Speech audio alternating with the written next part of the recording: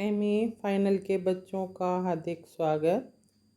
बच्चों, हम उपन्यास प्रेमचंद द्वारा लिखित गोदान का विवेचन विभिन्न बिंदुओं के आधार पर कर रहे हैं। आज हम गोदान के पात्रों का चारित्रिक विश्लेषण करेंगे, जिसमें प्रमुख चरित्र है होरी। होरी के चरित्र पर चर्चा करेंगे, जिसके मुख्य बिंदु आपके स्क्रीन पर हैं। बच्चों, गोदान का प्रधान पात्र होरी अवध प्रांत के एक ग्राम बेलारी का 5 बीघे का कृषक है, किसान है। प्रेमचंद जी ने होरी के रूप में एक अमर पात्र की सृष्टि की है, जो भारतीय कृषक वर्ग का प्रतिनिधित्व करता है। होरी के चरित्र में उपलब्ध 2 गुण उसकी शाश्वत गरीबी और परिश्रम करते रहने की दृढ़ इच्छा शक्ति वास्तव में कहें तो प्रेमचंद के अपने व्यक्तित्व से ही ये मेल खाते हैं। इसी प्रकार प्रोफेसर मेहता के माध्यम से प्रेमचंद ने अपने विचारों को इस उपन्यास में अभिव्यक्त किया है।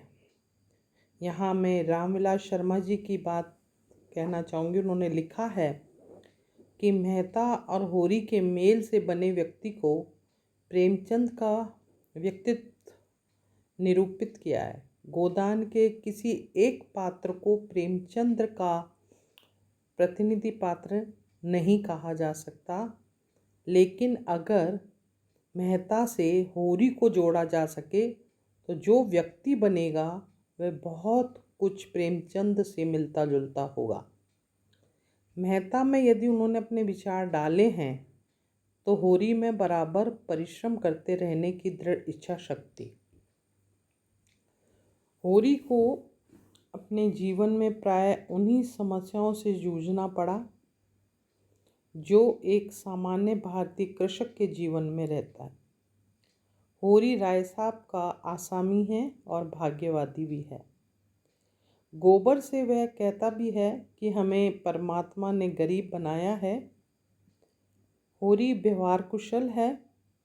जब जब राय साहब को सलाम करने उनके यहाँ जाता रहता है, क्योंकि वह जानता है कि जब हमारी गर्दन दूसरों के पैरों के नीचे दबी हुई है तब हमें अकड़कर निर्वाह नहीं कर सकते। होरी निहायत ईमानदार, परोपकारी और सीधा साधा कृषक है, किंतु उसमें भी वे दुर्गुण हैं जो एक सामान्य कृषक में होते हैं। वह पक्का स्वार्थी भी है। मांस बेचते समय कुछ ही पैसों के लिए अपने भाई का हिस्सा मारने हेतु बंसौर से सौदा करता है। अन्य किसानों की भांति वह भी रुई में विनोले मिला देता है, सन को गीला कर देता है तथा घर में कुछ रुपए होते हुए भी रुपए न होने की बात कहकर झूठ बोलता है। होरी की धर्म भीरुता, भाग्यवादिता और व्यवहार कुशलता एक साधारण कृषक जैसी ही है। आर्थिक अभाव से ग्रस्त होरी कर्ज एवं ऋणग्रस्तता के बोझ से दबा हुआ है और शोषण का शिकार है। प्राचीन मान्यताओं, संस्कारों और रूढ़ियों में जकड़ा हुआ होरी समाज एवं बिरादरी से इतना डरता है कि जब दुनिया के प्रकरण में बिरादरी उसे दंड देती है तो अपना हुक्का पानी खुलवाने के लिए वह अपनी सारी उपज ढो ढोकर पंचों को दे देता है और दंड के रुपए देने हेतु कर्ज लेता है। होरी ही एकमात्र अभिलाषा थी कि उसके पास एक गाय हो। गाय उसके लिए प्रतिष्ठा की वस्तु है, इसलिए जब उसे भोला ने गाय उधार में दे दी तो उसे धनिया के विरोध के बावजूद अपने द्वार पर बांधता है। ईर्ष्यावश हीरा ने गाय को विष खिला दिया और गांव का गोरस पाने की होरी की लालसा धरी की धरी रह गई। यह गाय उसके लिए विपत्ति लेकर आई। किसान के जीवन की ये कितनी बड़ी ट्रेजेडी है कि वह अपनी छोटी सी अभिलाषा को भी जीवन में पूरी नहीं कर पा और मृत्यु के अवसर पर उसे गोदान के लिए कहा जाता है। होरी परिवार की मर्यादा का रक्षक है। वह जानता है कि हीरा ने उसकी गाय को जहर दिया है, परंतु इस बात को सार्वजनिक नहीं करना चाहता। धनिया से उसकी लड़ाई इसी बात को लेकर होती है। यही नहीं, पुलिस जब हीरा के घर की तलाशी लेना चाहती है तो वह परिवार की मर्यादा को बचाने के लिए कर्ज लेकर थानेदार को रिश्वत देना चाहता है। पुनिया की खेती की देखभाल भी उसी ने ही की, क्योंकि हीरा तो घर से भाग गया था। होरी जानता है कि किसानों से पेट नहीं भरता, किसानी करने से पेट नहीं भरता, किंतु किसानी छोड़कर मजदूरी करने में उसकी प्रतिष्ठा को ठेस लगती है। अपने खेत खलियान और घर द्वार में उसे लगाव है। होरी मानवीय गुणों से संपन्न है। मालिक के लिए वह जान की बाजी लगा सकता है। राय साहब के लिए आयोजित उत्सव के अवसर पर वही पठान भेषधारी बंदूक हाथ में लिए मेहता को निहत्था होने पर भी अपने काबू में कर लेता है। जुनिया की बाहें उसके बेटे गोबर ने पकड़ी थी, अतः गर्भवती होने पर जब वह अपना घर छोड़कर उसके घर में रहने आ गई, तब होरी और धनिया ने ही उसे आश्रय दिया और अपने लिए बिरादरी एवं समाज से दुश्मनी मोल ली। बिरादरी ने भले ही उसका हुक्का पानी बंद कर दिया, उसे आर्थिक दंड दिया, पर उसे इस बात का संतोष है कि उसने जुनिया और उसके होने वाले बच्चे की जान बचाई, अन्यथा जुनिया निश्चित रूप से आत्महत्या कर लेती। निराश्रित सिलिया को भी होरी और धनिया ने अपने घर में पनाह दी। भले ही होरी को जीवन पर्यंत आर्थिक तंगी से जूझना पड़ा, तथापि उसने मानवता का त्याग कभी नहीं किया और अनैतिक आचरण से सदैव दूर रहा। अपने 5 बीघे खेत की रक्षा करने के लिए वह संघर्ष करता रहा, किंतु अंततः वह जमीन उसके हाथ से निकल ही गई।